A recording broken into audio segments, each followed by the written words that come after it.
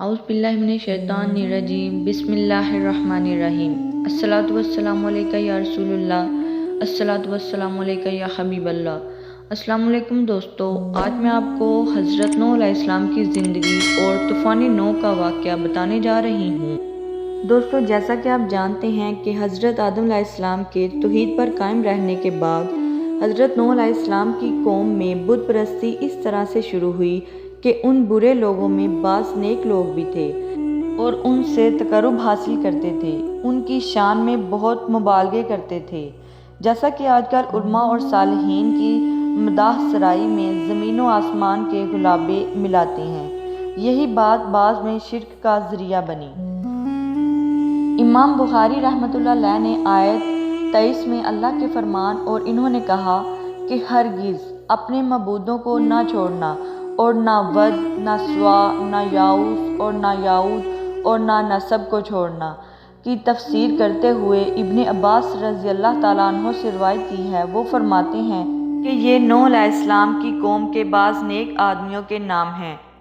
جب وہ فوت ہو گئے تو شیطان نے ان کی قوم کے دل میں یہ بات ڈال دی کہ جہاں وہ حضرات بیٹھتے تھے وہاں ان کے بت بنا کر اور ان کو وہی نام دے دو جو ان بزرگوں کے نام تھے۔ انہوں نے ایسا ہی کیا، پتھر کے بت بنا کر ان کے نام ان بزرگوں والے رکھ دیے۔ اس وقت تو بتوں کی پوجا نہ ہوئی، لیکن جب یہ فوت ہو گئے اور علم مٹ گیا تب ان کی پوجا ہونے لگی اور سب لوگوں نے ایک اللہ کی عبادت سے انکار کر دیا۔ نوح علیہ السلام اکیلے اس دنیا میں توحید پرست باقی رہ گئے۔ عمریں لمبی ہونے کی وجہ سے ادریس علیہ السلام اور نوح علیہ السلام کے درمیان کافی مدت بنتی ہے۔ اس مدت کے دوران کفر و شرک نے جنم لیا اور بتوں کی عبادت شروع ہو گئی۔ تب اللہ تعالیٰ نے نوح علیہ السلام کو زمین میں مبعوث فرمایا۔ ابن عباس رضی اللہ تعالیٰ عنہ سے روایت ہے کہ نبی کریم صلی اللہ علیہ وآلہ وسلم نے فرمایا، آدم علیہ السلام اور نوح علیہ السلام کے درمیان 10 قرن تھے۔ ایک قرن 100 سال کا ہوتا ہے۔ آدم علیہ السلام کے 1000 سال بعد تک لوگ توحید پر قائم رہے، پھر آہستہ آہستہ شیطان نے ان کو شرک کے راستے پر ڈال دیا، شرک عام ہو گیا۔ اس دوران حضرت نوح علیہ السلام نے اپنی قوم پر بڑی مشقت اٹھائی اور لوگوں کو اللہ کی طرف دعوت دی۔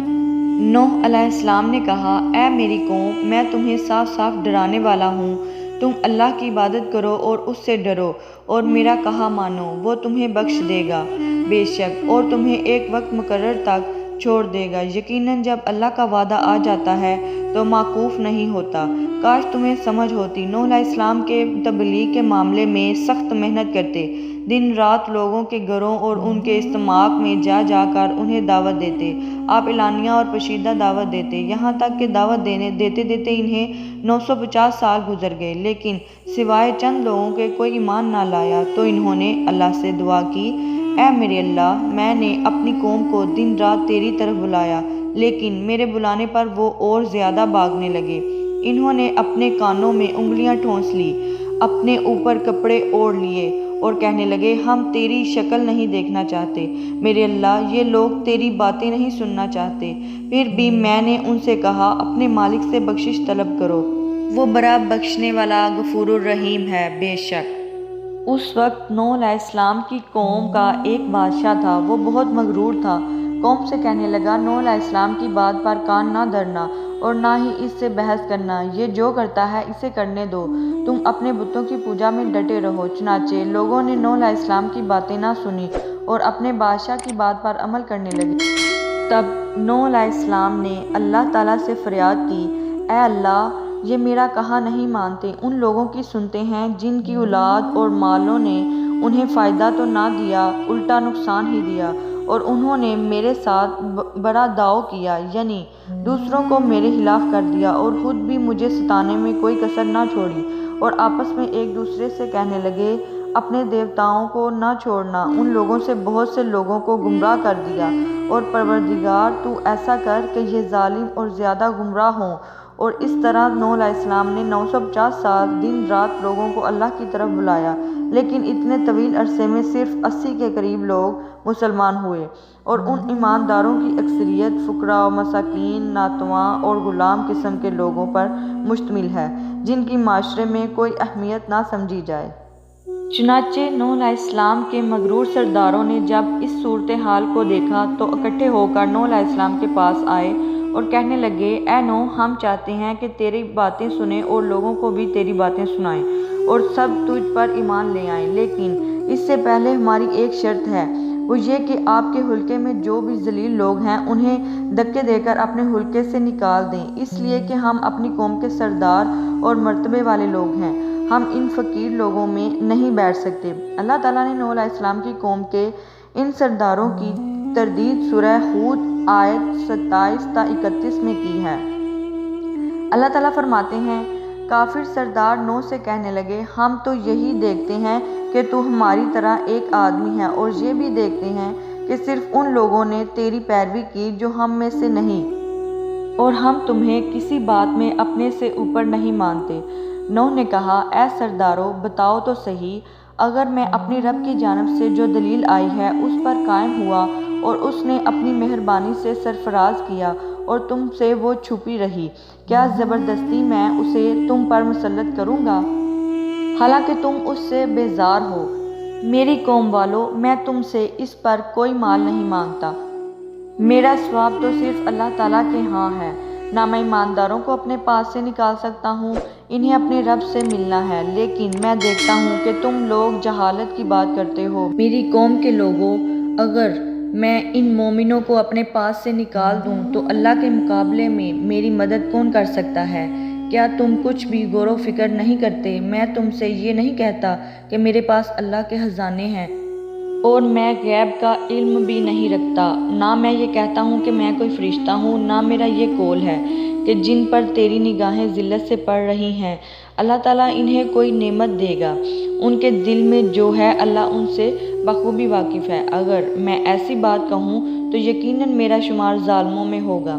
اس پر نوح علیہ السلام کی قوم کے لوگ اور اکڑ گئے اور کہنے لگے، اے نوح، بس بہت ہو گیا، تو نے ہمیں بہت ڈرا دھمکا لیا، اب اگر تو سچا ہے تو جس چیز کا تو وعدہ ہم سے کرتا ہے وہ لے آ۔ نوح علیہ السلام نے ان کی بات سن کر کہا کہ عذاب لانا تو اللہ کا کام ہے، اللہ کو کوئی عاجز نہیں کر سکتا، اور جب اس کا عذاب آ جائے گا تو کوئی بھاگ نہیں سکے گا۔ اس کے بعد نوح علیہ السلام کی قوم کا ان سے آمنا سامنا ہوا تو انہوں نے ان سے کہا، اے میری قوم، اگر تم پر یہ گرا گزرتا ہے کہ میں تم میں رہتا ہوں اور تمہیں اللہ کی باتیں سناتا ہوں، تم اس سے چڑھتے ہو اور مجھے نقصان پہنچانے کے لیے تیار رہتے ہو، تو سنو، میں صاف کہتا ہوں، مجھے تمہارا کوئی خوف نہیں، تمہاری کوئی پرواہ نہیں، تم سے جو ہو سکے کر گزرو، میرا جو بگاڑ سکتے ہو بگاڑ لو، تم اپنے معبودوں کو بھی بلا لو اور مل جل کر مشورے کر لو، پوری قوت کے ساتھ میرے پر حملہ کرو، اس میں کوئی کسر اٹھا نہ رکھو، مجھے مہلت نہ دو، میں بالکل بے خوف ہوں، میں حق پر ہوں اور حق کا ساتھی اللہ ہوتا ہے، میرا بھروسہ اسی عظیم ذات پر ہے، بے شک مجھے اس کی قدرت کی بڑائی معلوم ہے، لیکن کسی کی ہمت نہ ہوئی کہ نوح علیہ السلام کا مقابلہ کر سکیں، چنانچہ کہنے لگے، اسے چھوڑ دو، یہ مجنون ہے، یہ بیوقوف ہے، نعوذ باللہ۔ بہت سال گزر گئے لیکن کوئی مسلمان نہ ہوا اور پہاڑ پر رہنے والے لوگ روز بروز برائی میں ترقی کرتے چلے گئے، جو لوگ شروع میں ایمان لائے ان کے علاوہ کوئی ایمان نہ لایا، نوح علیہ السلام انہیں مسلسل دعوت دیتے رہے مگر بے اثر، یہاں تک کہ اللہ تعالیٰ نے نوح علیہ السلام کی طرف وحی کی کہ اب کوئی شخص ایمان نہیں لائے گا اور آپ غم نہ کیا کریں، اب جب کہ اللہ کی طرف سے وحی آ گئی تھی کہ اب کوئی ایمان نہیں لائے گا اور کسی میں طاقت نہیں کہ انہیں ہدایت عطا فرمائے، تو نوح علیہ السلام نا امید ہو گئے اور انہوں نے اپنی قوم کے لیے بد دعا کی۔ اس کا ذکر اللہ پاک نے سورہ نوح میں آیت 26 تا 28 میں کیا ہے۔ نوح علیہ السلام نے کہا، اے میرے پروردگار، تو روح زمین پر کسی کافر کو رہنے سہنے والا نہ چھوڑ، اگر تو انہیں چھوڑے گا تو یہ یقیناً تیرے اور بندوں کو بھی گمراہ کر دیں گے اور ان کے ہاں جو اولاد ہوگی وہ بھی ناشکری اور بدکار ہوگی۔ اے میرے پروردگار، تو مجھے اور میرے والدین اور جو بھی ایماندار ہو کر میرے گھر آئے اور تمام مومن مردوں اور تمام مومن عورتوں کو بخش دے اور کافروں کو سوائے ہلاکت کے اور کچھ نہ دے، آمین۔ اللہ تعالیٰ فرماتے ہیں کہ جب نوح علیہ السلام نے ہمیں مدد کے لیے پکارا تو پھر ہم نے ان کی مدد کی اور اسے ایک بڑی کشتی بنانے کے لیے کہا، لیکن نوح علیہ السلام نہیں جانتے تھے کہ وہ اتنی بڑی کشتی کیسے بنائیں گے۔ اور نہ ہی وہ کوئی بڑئی تھے کہ یہ کام جانتے، اس لیے اللہ پاک نے ان کی طرف یہ وحی کی کہ ہماری آنکھوں کے سامنے اور ہماری وحی کے مطابق ایک کشتی تیار کرو۔ اللہ نے وحی کے ذریعے ان کی رہنمائی کی، وہ اس طرح کریں، اور مزید تعلیم کے لیے جبرائیل علیہ السلام کو بھیج دیا۔ وہ انہیں بتاتے گئے کہ اس طرح کشتی تیار کرو۔ نوح علیہ السلام ایک پہاڑ پر رہتے تھے، ان کے ارد گرد نہ درخت تھے اور نہ ہی پانی تھا، چنانچہ انہوں نے بہت سے درخت اگائے، پھر ان کو کاٹا اور پہاڑ پر بیٹھ کر کشتی تیار کرتے رہے۔ آپ بڑے بڑے تختے بناتے اور لوہا لاتے اور ان سے کیل تیار کرتے، پھر ان کیلوں کو تختوں میں لگاتے، آپس میں ان تختوں کو ملاتے، یہاں تک کہ ایک بہت بڑی اور مضبوط کشتی تیار ہو گئی۔ ایک روایت کے مطابق نوح علیہ السلام نے اس کشتی کو 100 سال میں تیار کیا، جسے نوح علیہ السلام نے اللہ کے حکم کے مطابق تیار کیا تھا۔ سورۃ القمر آیت 13 میں ارشاد ہے، اور ہم نے نوح کو اس کشتی میں سوار کیا جو تختوں اور کیلوں سے تیار ہوئی تھی۔ نوح علیہ السلام نے دعوت کا چھوڑ دیا اور کشتی بنانے لگے۔ وہ لوگ جب کشتی بناتے دیکھتے تو ان کا مذاق اڑاتے، کہتے، نوح پہلے تو نبی تھا، اب بڑئی بن گیا۔ مزید کہتے کہ یہ کیسا مجنون ہے کہ پہاڑ پر کشتی بنا رہا ہے، تعجب ہے۔ اس پر اللہ نے ان کافروں کے مذاق کا ذکر سورہ ہود آیت 38 اور 39 میں کیا ہے۔ نوح کشتی بنانے لگے، ان کی قوم کی جو جماعت ان کے پاس سے گزرتی وہ ان کا مذاق اڑاتی، تو کہا کہ اگر تم ہمارا مذاق اڑاتے ہو تو ہم بھی ایک دن تم پر ہنسیں گے، اور تمہیں بہت جلد معلوم ہو جائے گا کہ کس پر عذاب آتا ہے جو اسے رسوا کرے اور اس پر ہمیشہ کا عذاب اتر آئے۔ اس کشتی کا حلیہ ابن عباس رضی اللہ تعالیٰ عنہ سے روایت ہے، وہ بیان کرتے ہیں کہ نوح علیہ السلام نے پہاڑ پر ایک کشتی تیار کی اور اسے تارکول سے لت پت کیا، اسی وقت سے تارکول کا ظہور ہوا۔ اس کشتی کا طول 300 گز اور اونچائی 30 گز اور عرض 50 گز تھا۔ ایک اندازے کے مطابق اس کا طول 1 کلومیٹر سے زیادہ تھا اور اس کی بلندی اور گہرائی 30 ہاتھ تھی۔ یہ کشتی عام کشتیوں کی طرح اوپر سے کھلی ہوئی نہیں تھی، بلکہ جس طرح اس کو نیچے سے بند کیا گیا تھا اسی طرح اوپر سے بھی بند کیا گیا تھا، تاکہ اوپر سے جو بارش برسے وہ انہیں نقصان نہ دے، اور جس طرح نیچے والی غرق ہونے سے محفوظ رہیں اسی طرح اوپر والے بھی محفوظ رہیں، گویا وہ ایک گیند کی مانند تھی۔ اس میں الگ الگ 3 درجے بنائے گئے تھے، ہر درجے میں ایک دروازہ تھا، اور یہ 3 دروازے اس طرح تھے کہ ہر دروازے کے اوپر ایک دروازہ تھا۔ یہ اس کشتی کا حلیہ تھا جس کے راوی ابن عباس رضی اللہ تعالیٰ عنہ ہیں۔ یہ کشتی آج بھی موجود ہے۔ اللہ تعالیٰ نے اس کشتی کو بطور عبرت اور نشانی کے طور پر باقی رکھا ہے، جیسا کہ اللہ پاک فرماتے ہیں، اور بے شک ہم نے انہیں اس واقعے کو نشانی بنا کر باقی رکھا، پس ہے کوئی نصیحت حاصل کرنے والا۔ اس صدی میں علماء کے ایک گروہ نے اس کشتی کو ترکی کے ایک پہاڑ پر پا لیا ہے، اب وہ 2 ٹکڑوں میں تقسیم ہو چکی ہے۔ اس کا حلیہ وہی تھا جو بیان ہوا، اللہ کا فرمان سچا ثابت ہو گیا کہ ہم نے اس کو نشانی بنا کر باقی رکھا ہے۔ اس کے بعد طوفان کی ایک نشانی اللہ پاک نے نوح علیہ السلام کو بتائی تھی۔ نوح علیہ السلام کے گھر میں ایک تنور تھا۔ اللہ نے فرمایا، جب یہ تنور جوش مارنے لگے اور پانی اس سے اگلنے لگے تو سمجھ لینا اللہ کا وعدہ آ گیا ہے۔ چنانچہ اس وقت مومنوں کو اور اپنے اہل و عیال کو اور زمین پر بسنے والے تمام جانوروں کا جوڑا جوڑا اس کشتی میں سوار کر لینا۔ تنور سے کیا مراد ہے، اس کے متعلق مفسرین میں اختلاف ہے۔ بعض کہتے ہیں اس سے مراد ایک چشمہ ہے جو زمین سے نکلتا ہے، لیکن راجہ روایت کے مطابق اس سے مراد صرف تنور ہے جس میں آگ جلا کر روٹیاں پکائی جاتی ہیں۔ یہ تنور نوح علیہ السلام کے گھر میں تھا، اور اسی کو اللہ نے طوفان کے آنے کی علامت بتایا اور فرمایا کہ جب یہ پھوٹ پڑے تو اس وقت ہر چیز کا جوڑا جوڑا کشتی پر سوار کر لینا۔ اللہ پاک سورہ ہود آیت 40 میں فرماتے ہیں، یہاں تک کہ جب ہمارا حکم آ پہنچا اور تنور ابلنے لگا، ہم نے کہا اس کشتی میں ہر قسم کے جوڑے سوار کر لے، اور اپنے گھر کے لوگوں کو بھی، سوائے ان کے جن پر پہلے سے بات پڑ چکی ہے، اور سب ایمان والوں کو بھی۔ اس کے ساتھ ایمان لانے والے بہت کم تھے، کشتی میں سوار ہونے والوں کی تعداد 80 کے قریب تھی۔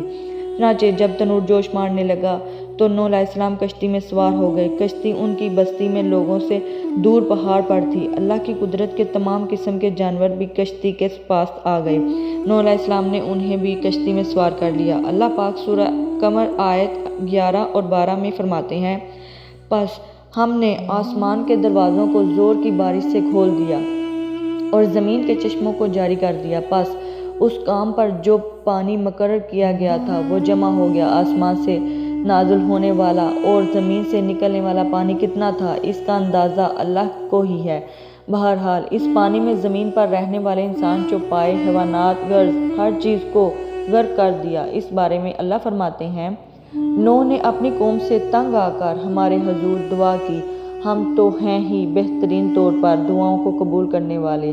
فوراً ان کی دعا قبول کر لی، سبحان اللہ، اور اس تکلیف اور ایذا سے انہیں بچا لیا جو انہیں کفار سے روزمرہ پہنچ رہی تھی، اور ان کی اولاد کو ہم نے باقی رہنے والی بنا دیا، یعنی انہی کی اولاد میں سے پھر سے دنیا آباد ہوئی، کیونکہ صرف وہی لوگ بچے تھے جو کشتی پر سوار تھے، اور ہم نے ان کا ذکر خیر پچھلوں میں باقی رکھا۔ نوح علیہ السلام پر تمام جہانوں میں سلام ہو، ہم نیکی کرنے والوں کو اسی طرح بدلے دیتے ہیں، بے شک وہ ہمارے ایماندار بندوں میں سے تھا، پھر ہم نے باقی سب کو غرق کر دیا۔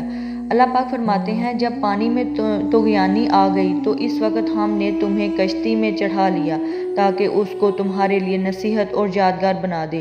پانی اتنا زیادہ ہو گیا کہ اس سے تمام شہر، بستیاں، انسان اور جانور غرق ہو گئے، یہاں تک کہ پانی بلند پہاڑوں سے بھی اونچا ہو گیا، اور اتنے بلند پہاڑ پر یہ کشتی نوح علیہ السلام اور ان کے ساتھیوں کو اپنے دامن میں سمیٹے اللہ کے حکم سے اور اس کی حفاظت میں پہاڑ کی طرف رواں دواں تھی، ورنہ اتنے پانی میں کشتی کی حیثیت ہی کیا ہوتی ہے۔ نوح علیہ السلام کشتی میں سوار ہوئے اور انہوں نے اپنے ساتھیوں کو حکم دیا کہ وہ یہ دعا پڑھیں، اللہ ہی کے نام سے اس کشتی کا چلنا اور ٹھہرنا ہے، یقیناً میرا پالنے والا بڑی بخشش اور رحم والا ہے، بے شک یہی اللہ کا حکم آپ کو تھا کہ جب تم اور تمہارے ساتھی ٹھیک طرح بیٹھ جاؤ تو کہنا، سب تعریف اللہ ہی کے لیے ہے جس نے ہمیں ظالم لوگوں سے نجات عطا کی، اور کہنا، اے میرے رب مجھے بابرکت اتارنا، اور تو ہی بہتر اتارنے والا ہے۔ اللہ پاک نوح علیہ السلام کو نصیحت کر رہے ہیں کہ اللہ آپ کو اور آپ کے اہل و عیال کو نجات عطا فرمائیں گے۔ کشتی میں نوح علیہ السلام کے کافر بیٹے کے علاوہ تمام گھر والے سوار تھے۔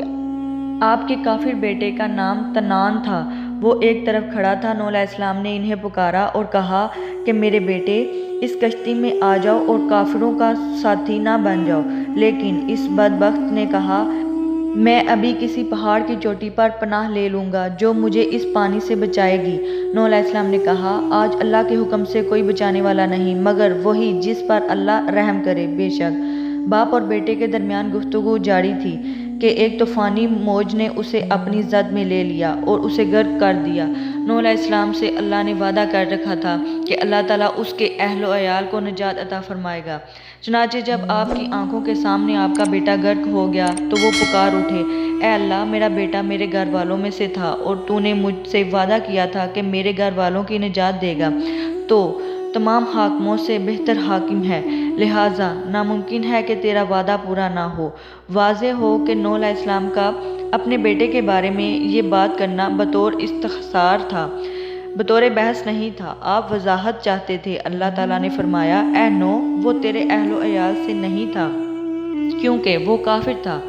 کفر نسب کو ختم کر دیتا ہے۔ ایک مومن کا دوسرے مومن سے تعلق ایک مسلمان بھائی کے کافر بھائی کے تعلق سے زیادہ بڑا ہے، اور حقیقی اخوت وہ ہے جس کی بنیاد ایمان پر ہو۔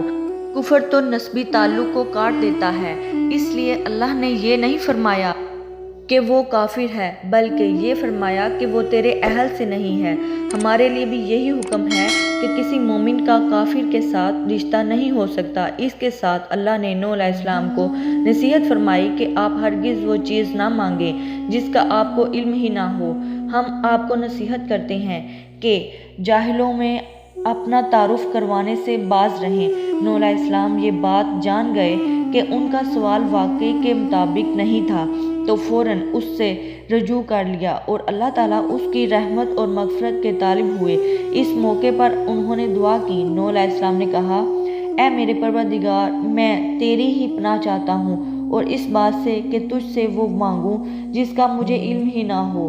اگر تم مجھے نہ بخشے گا اور تم مجھ پر رحم نہیں فرمائے گا تو میں خرابی کرنے والوں میں ہو جاؤں گا۔ اپنے بیٹے کے متعلق سوال کے علاوہ نوح علیہ السلام نے اللہ تعالیٰ کی نافرمانی نہیں کی اور نہ ہی اسے نفس پر کسی نافرمانی کو شمار کیا۔ کشتی نوح علیہ السلام کو اور ان کے ساتھیوں کو لے کر پانی کی موجوں پر بلند ہو رہی تھی اور زمین پر موجود ہر چیز، انسان، حیوانات اور پرندے سب غرق ہو چکے تھے۔ ان میں کوئی باقی نہیں بچا تھا۔ اگر کوئی زندہ بچا تھا تو کشتی والے۔ ابن عباس رضی اللہ تعالیٰ عنہ سے روایت ہے کہ نوح علیہ السلام اور ان کے ساتھی 6 ماہ کشتی میں رہے، اور بعض روایت کے مطابق یہ بھی ہے کہ وہ محرم کی 10 تاریخ کو کشتی سے نیچے اترے۔ آخر اللہ کے حکم سے طوفان رک گیا۔ اللہ نے زمین کو حکم دیا کہ وہ تمام پانی کو نگل جائے۔ زمین نے سارا پانی نگل لیا، زمین خشک ہو گئی۔ اللہ تعالیٰ سورہ ہود آیت 44 میں فرماتے ہیں، اے زمین اپنے پانی کو نگل جا اور اے آسمان تھم جا۔ اسی وقت پانی سکھا دیا گیا۔ کشتی جودی نامی پہاڑ پر جا ٹھہری اور فرما دیا گیا کہ ظالم لوگ اللہ کی رحمت سے دور رہیں۔ کشتی جودی پہاڑ پر جا کر رک گئی۔ اب انہیں حکم دیا کہ سلامتی کے ساتھ کشتی سے اتر آئیں۔ آپ پر بھی برکت نازل ہوگی اور ان قوموں پر بھی جو آئندہ آپ کی نسل سے پیدا ہوگی۔ سورۃ صفات آیت 75 تا 77 میں اسی طرف اشارہ ہے۔ اور ہمیں نوح نے پکارا تو دیکھ لو کہ ہم کیسے اچھے دعا قبول کرنے والے ہیں۔ ہم نے اسے اور اس کے فرما برداروں کو زبردست مصیبت سے بچا لیا۔ اس کی اولاد ہم نے باقی رہنے والی بنا دی۔